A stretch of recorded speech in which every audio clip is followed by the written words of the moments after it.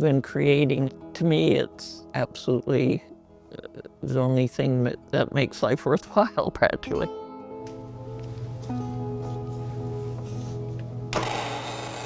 It's so sustaining. It's just almost a form of meditating or something that is another dimension in your life.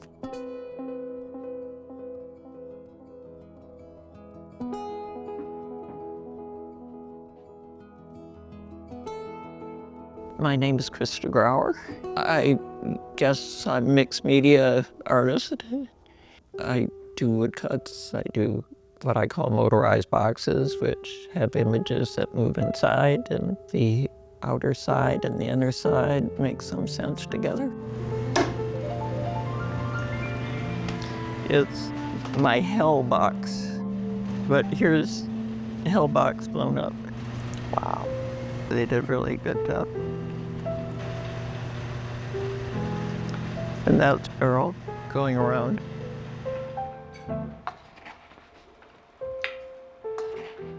I went to Parsons and I was all into painting. That was what I was going to do. But then I met Barrow and I saw what films could do, and I wanted to do something that did more than just stay there. I wanted to have something that moved. Yeah. Then I started doing the boxes, and well, I'll show you some when we go in the other room. Fantastic, I can't wait. I really find more three-dimensional work is my calling. I grew up in Buffalo, New York. When I went to Parsons, I decided this is where I'll stay. I guess I started in about 62. All right, so you're gonna look right into the camera. Nice.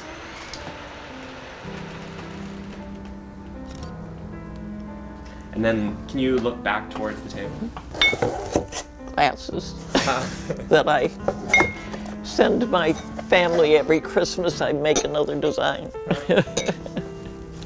After school, I got a rent-controlled apartment midtown, and I was there for about 30 years, and it was very small. My partner, Piotrowski, had a rent-stabilized apartment across town in Chelsea before it was an art scene. Look out this window, right towards here. Yep, perfect. Well, my neighborhood was kind of nice, small stores and shops on Lexington. And of course, being in the 60s, it was near the Central Park, and it was kind of an elegant area.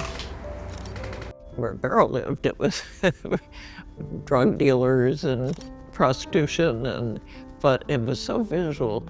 There were so many wonderful accidental, surrealistic things, or just how the gritty cities have something for the eye, where they get a little boring when they get gentrified.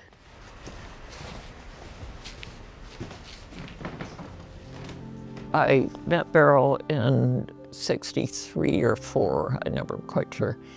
We didn't move in together until 1996. Well, it was very convenient because we would spend the weekends together, and I'd take clothes there, and then I would leave them by mistake, and then I'd not know where anything was. And so it was much easier to have everything all in one place. And then look right towards me.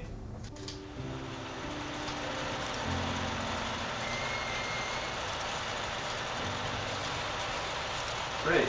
I'd love to get some shots of you in front of the boxes now. I moved in 1996. It was much less full. And the person that did live here was a painter, and he had everything all set up on one wall. I still have a few paint splatters, I think, somewhere behind.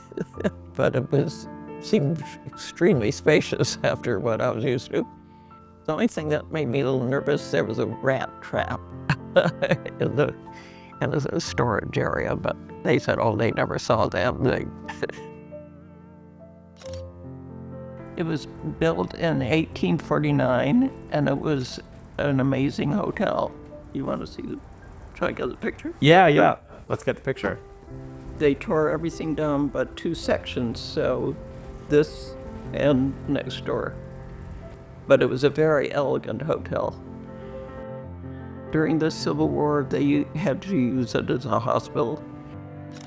And that was the beginning of its demise. And then the elevator came in and they started building new buildings further uptown. And this area became abandoned, pretty much. You probably never saw it when it was abandoned, but it really was almost scary. At night, there was no lights. This was the dining room. I have some I like better than others, but I have no one favorite probably. I like this one a lot. This is the dictator box. And if you can see, the images inside are full hands in adulation of the dictator.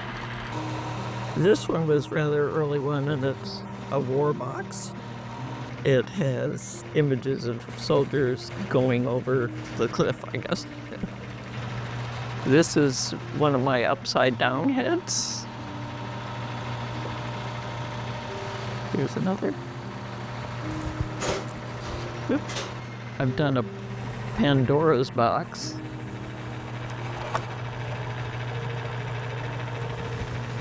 And I guess that says something about the world. When did you make your first motorized box? I think it probably was about 1964. It was after I graduated from Parsons and decided that painting wasn't as satisfying as working in three-dimensional.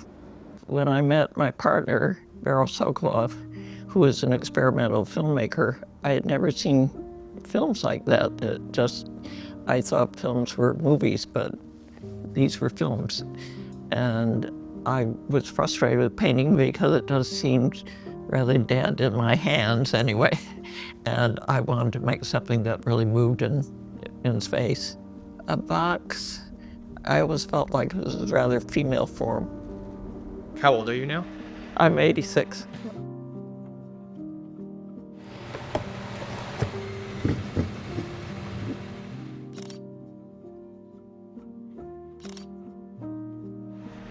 Well, I was also interested in skeletons and whatever, so even kind of that theme, I think as I age, it gets a little different because I get closer to the other end. So some things like the earlier ones were more abstract.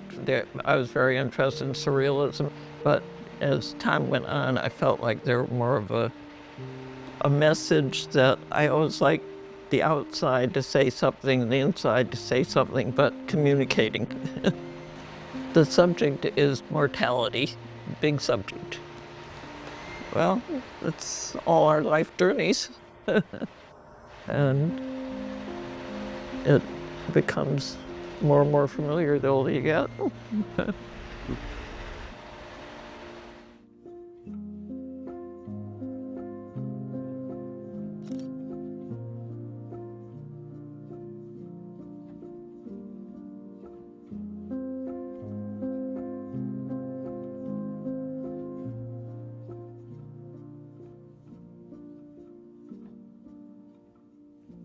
Thank you to everyone for watching the video.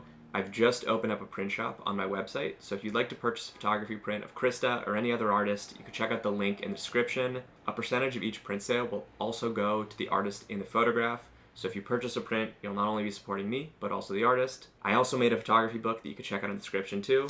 Thank you all for watching these videos and supporting me. I'll see you soon.